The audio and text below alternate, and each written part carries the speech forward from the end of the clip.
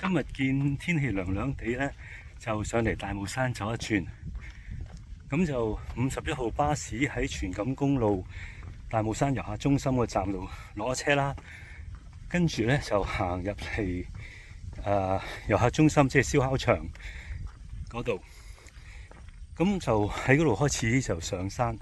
咁其實嗰度有兩條路可以走，一就係沿馬路，咁就會經過右手邊好大嘅燒烤場啦。又或者咧喺巴士站旁邊咧，其實就有一條路接入去麥理浩徑第8段，咁就行山路上嚟。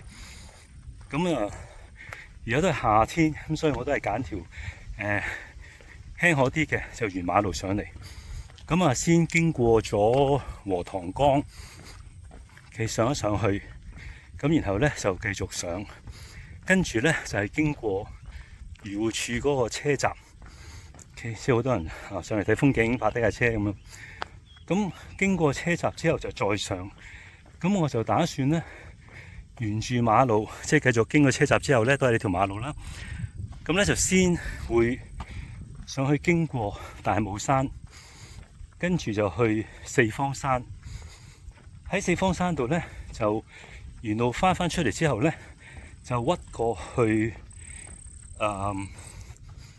禾塘江，咁然後咧就翻去車站嗰度一個環迴線，然後就落翻山完成。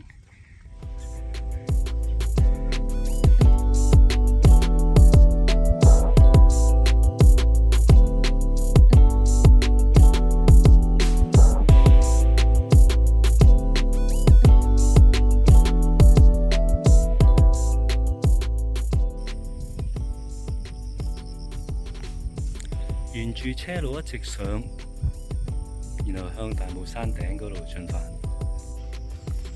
嚟到呢度見到大帽山郊遊地點3號場咧，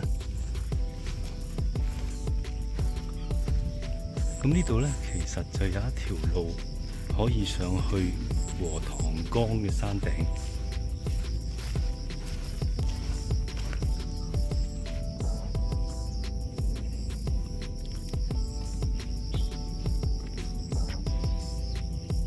亦都係麥理浩徑嘅一部分。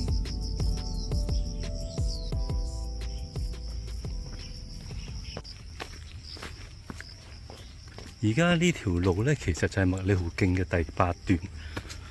所以如果落咗51號巴士之後，又唔想行石屎路上嚟咧，其實係可以切入去麥理浩徑第8段。咁就係行呢一條路上嚟，到咗禾塘江之後咧，繼續向前行，就切翻入去大帽山呢段路。咁一路行上嚟，見到呢堆石咧，就係禾塘江嘅山頂。沿路切返，落翻去石屎路，繼續向大帽山嘅山頂進發。上到嚟漁護署嘅閘口，咁我哋要穿過去向上行。今日都係落雨過後嘅一天，咁呢度都好大霧，就正正係大帽山。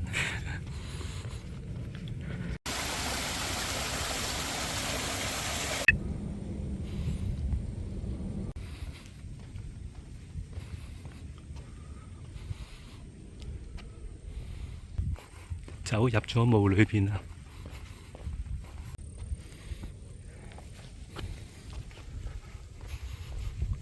過咗麥理浩徑 M149嗰個路牌之後咧，咁就留意住，咁一路上嚟到呢度有一個轉彎啦。咁其實咧喺呢度咧就有一條山路嘅 shortcut 咧，就可以通上去大帽山。咁當然咧，呢度亦都可以繼續沿馬路上。咁或者咧就經過呢度有一個石啦，就有個路碑。咁呢度有條 shortcut 上去，咁就兩邊都一樣嘅啫，不過就睇下有陣時想行短少少嘅話咧，咁就即係有一條捷徑走上去嘅。咁就我都慣咗咧，就好多時都係行條捷徑上去。咁大家就要量力而為，最緊要小心。咁見到咧，啱啱就喺呢度上嚟啦。咁啊，其實條馬路都係一路都係上嚟嘅啫，S 型咁 zigzag 路咁走。咁咧，呢條捷徑一路上嚟啦。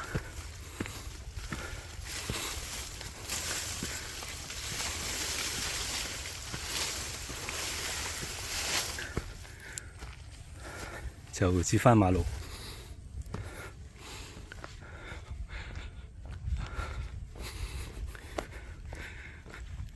前邊都見到有牛牛啊！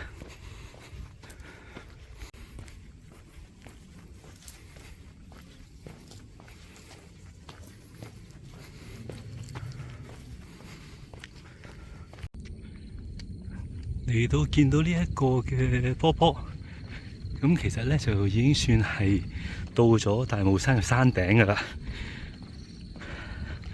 咁可能大家都知，大帽山山頂個標高處咧，就喺一個禁區範圍裏邊嘅。咁就即係一陣我哋都會經過嗰個嘅閘口。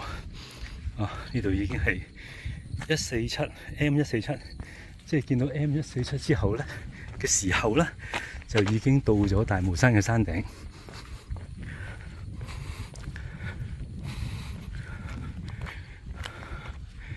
咁前邊咧就係禁區嗰個閘口。OK， 啲發射站嘅下邊。咁我哋一陣咧就係轉右行過去嘅。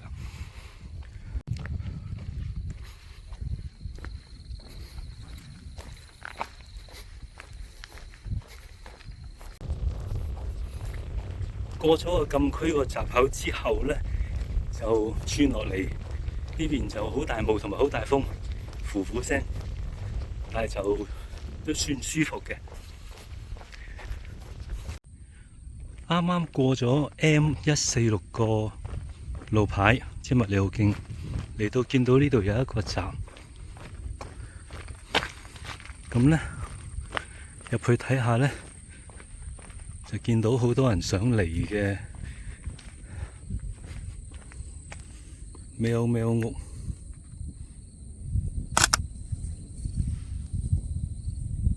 過咗貓屋之後，留意有一個岔路，要向右轉，睇路牌，唔好入錯路。雖然嗰邊係掘頭嘅。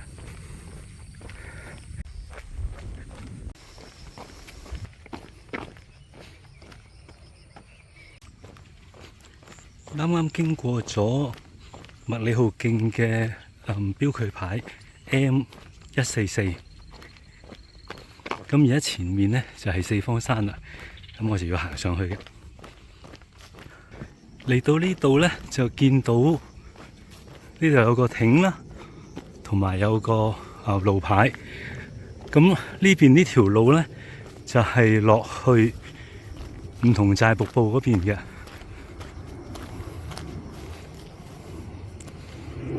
即係出返去林村啦、林錦公路啦。咁呢，而呢邊呢，就會係我而家要去嘅四方山。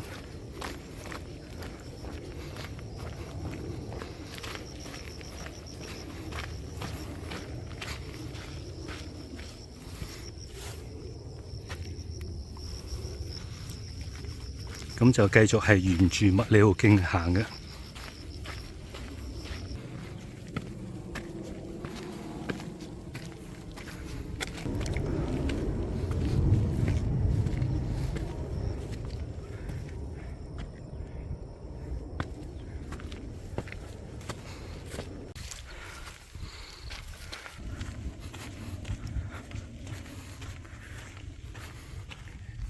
繼續見到有麥理浩徑嘅指示牌，咁其實嚟到呢度咧，就已經係到咗四方山嘅山頂。咁呢度嗰個標誌性嘅大石啦，即係好多大嘅石喺度。咁呢度咧就仲有一棵樹挨住兩嚿石。咁呢個都易認嘅。而家喺四方山嘅山頂。咁如果係涼天嘅，即係秋天或者冬天啊，天氣比較涼啊，同埋如果時間充裕嘅話咧，其實我都會有可能喺呢度落去走馬崗咁樣出去，然後就落返大埔完成。咁但係因為今日夏天啦，加上就我都想過埋去禾秧山嗰邊，咁所以咧我跟住就係會回頭走返出去。頭先話唔同晒個艇嗰度，然後再睇一啲路過去禾秧山，跟住先至接翻去大帽山山頂嗰個車閘嗰度再落山完成嘅。好，咁過咗四方山之後呢，而家就沿路折返出翻去先，咁又見翻大帽山山頂嘅發射站啦。因為咧落去走馬崗嗰段路咧，都有一啲林路啊，同埋少人行咧。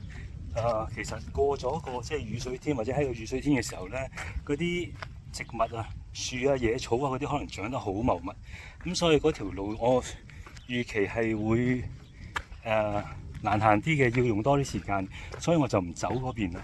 咁然後咧就反而行翻麥理浩徑大路啦，咁比較輕鬆啲，同埋亦都安全啲。咁所以如果未行過嗰一段咧，即係走馬崗嗰邊嗰段路嘅話咧，就要做好啲功課先，做好準備先可以行嚇。因為中間冇補給，亦都冇切出點啊，嗰條路都頗長下嘅。要沿住呢條路行翻轉頭上翻去大帽山山頂，跟住先再穿過去禾秧山。我爭啲唔記得咗，我仲有一個廟高台要去嘅，所以呢就要努力加油啦。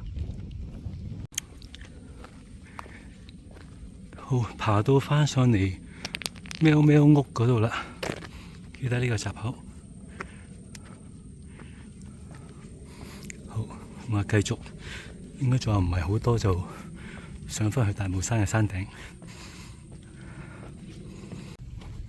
頭先過咗貓貓屋，跟住繼續向上行，而家就返到嚟大帽山嘅山頂，即係禁區設施嗰個閘口。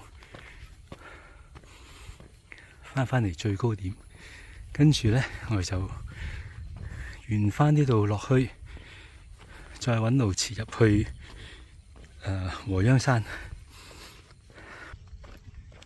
仍然係好大霧，啲霧一路都未散過。記唔記得頭先上嚟嘅時候，我走咗條捷徑？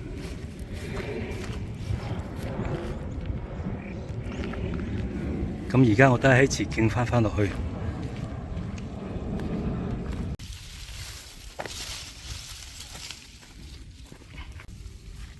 喺呢條捷徑落到嚟出返去馬路之後呢，喺呢個彎位啦，留意左手邊即刻有個路口呢，就係切落去，我哋就要過前面望到嘅呢個禾秧山。咁呢就見到呢度呢，就有個路喺呢度啦，咁就要小心揾路落去。擰轉頭望返上去，頭先就喺呢度落嚟嘅，咁小心啲就得噶啦。咁呢個係都清楚有條路碑喺度嘅。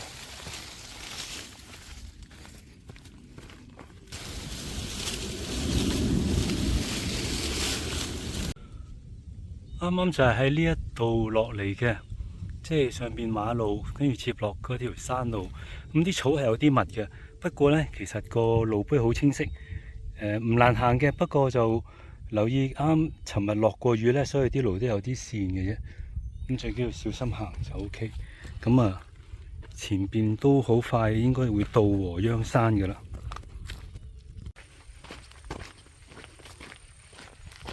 留意行到嚟呢度，右手邊有一堆高咗少少嘅小山丘、小石，我哋要轉右嘅嚇，唔好向前衝咗去，係要轉右嘅。呢度有一條路㗎，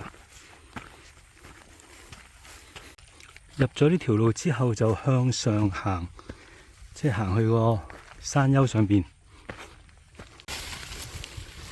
一路都係沿住個路背行啦。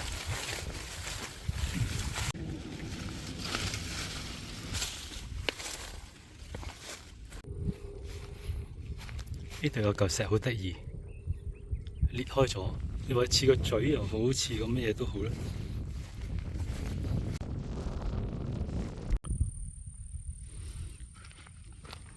太大霧啦，擰翻轉頭咩都睇唔到。我哋前邊應該仲有100零米就到禾秧山㗎啦。咁因為個視野都係好短啊，即係睇到嘅視線係範圍好短，所以而家都望唔到。不過隱約都見到前面嗰個山頭嘅。前面呢個就係禾秧山，咁個標誌性嘅地標呢，就係前面有一堆石喺個頂啦，側邊亦都有啲石。咁而家個霧係移動得好快嘅，因為都有啲風。咁就我哋上一上個頂，跟住我哋就離開呢度，然後就向廟高台嗰邊去啦。雖然呢度啲草係好密，不過其實下面條路碑係好清楚，亦都算係比較平嘅。咁所以咧都係行得到嘅呢條路。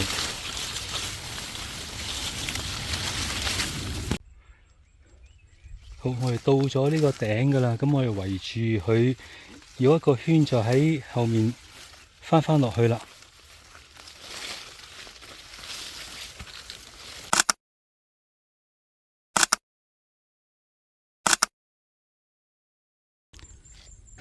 由禾秧山嗰堆石嗰度行翻出嚟，咁就見翻一條明確啲嘅路碑。咁嗰堆石其實都係跟住個方向去行咧就 OK 嘅，即係唔使，即唔好急就可以噶啦。咁而家見翻條路碑咧，咁啊沿住條路碑咧，咁啊行出去，下一個站就係廟高台。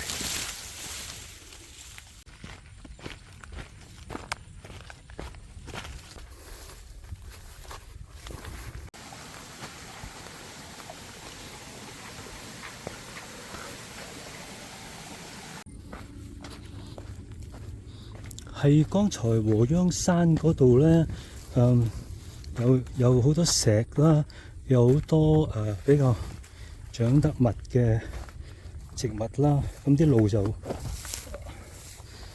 就有啲亂嘅，咁不過慢慢揾朝住方向。咁最好就識睇地圖啦，咁起碼你睇啱個方向，咁去行就可以啦。咁而家翻出嚟呢度比較開揚啲咧。咁亦都應該唔夠半公里咧，就會到廟高台。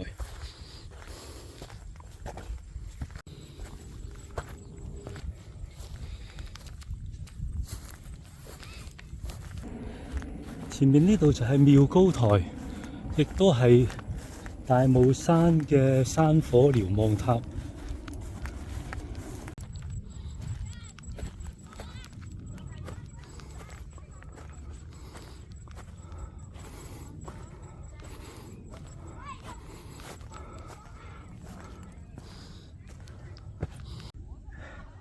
嚟到廟高台都係今日我行程嘅最後一個山，咁咧就都肚餓啦，所以都要攞啲嘢出嚟食下。咁啊，估唔到呢度咁熱鬧，前邊都有一班大人帶住啲小朋友喺度，好似野餐咁樣啦，所以你聽到啲聲喺度。咁啊，今日就因為大霧咧，反而就個天氣仲涼爽一啲，好行一啲。不過就好耐冇嚟過啦。禾秧山嗰邊咧，啲草都長得好密，我諗都係少人行，又或者因為雨水天之後啲草長得好快，即係啲路要揾下咯。咁但係就都唔難嘅。如果識得睇行山地圖嘅話咧，望翻住個方向，咁就會行得到出嚟嘅。路碑係喺度，不過啲草比較密嘅啫，同埋嗰度都係啲石又比較多咧，咁啊轉來轉去先捐得翻出嚟。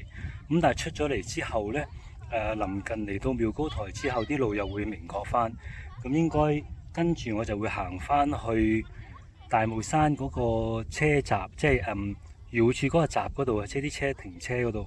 咁呢度應該行翻去都會比較啲路段會比較清楚啲，咁亦都應該好快會完成噶啦。咁我食埋我啲嘢先，跟住就喺翻呢間屋仔旁邊呢條路行翻出去啦。大帽山呢一帶呢，真係喺我哋啲飛機嘅航道中間。其實呢度每2-3分鐘呢，就會有一班飛機飛過，所以係冇辦法避開佢啲飛機聲嘅。基本上喺廟高台落翻嚟嘅時候，轉左呢就接翻呢一條路噶啦。真係唔知點解啲路變得咁密，啲林咁啱啱我就穿林喺上邊落咗嚟。我印象之中以前嚟行嘅時候唔係咁嘅啲路，但係而家就變得啲林好密。咁而家落翻嚟呢度就見翻一條即係路咯嚇，咁應該差唔多就出到去噶啦。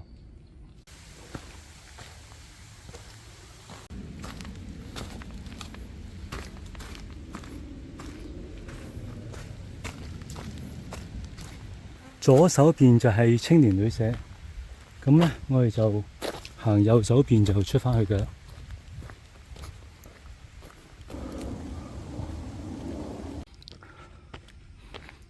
右手邊個閘口嗰度上山嘅，有冇一個圈翻咗嚟？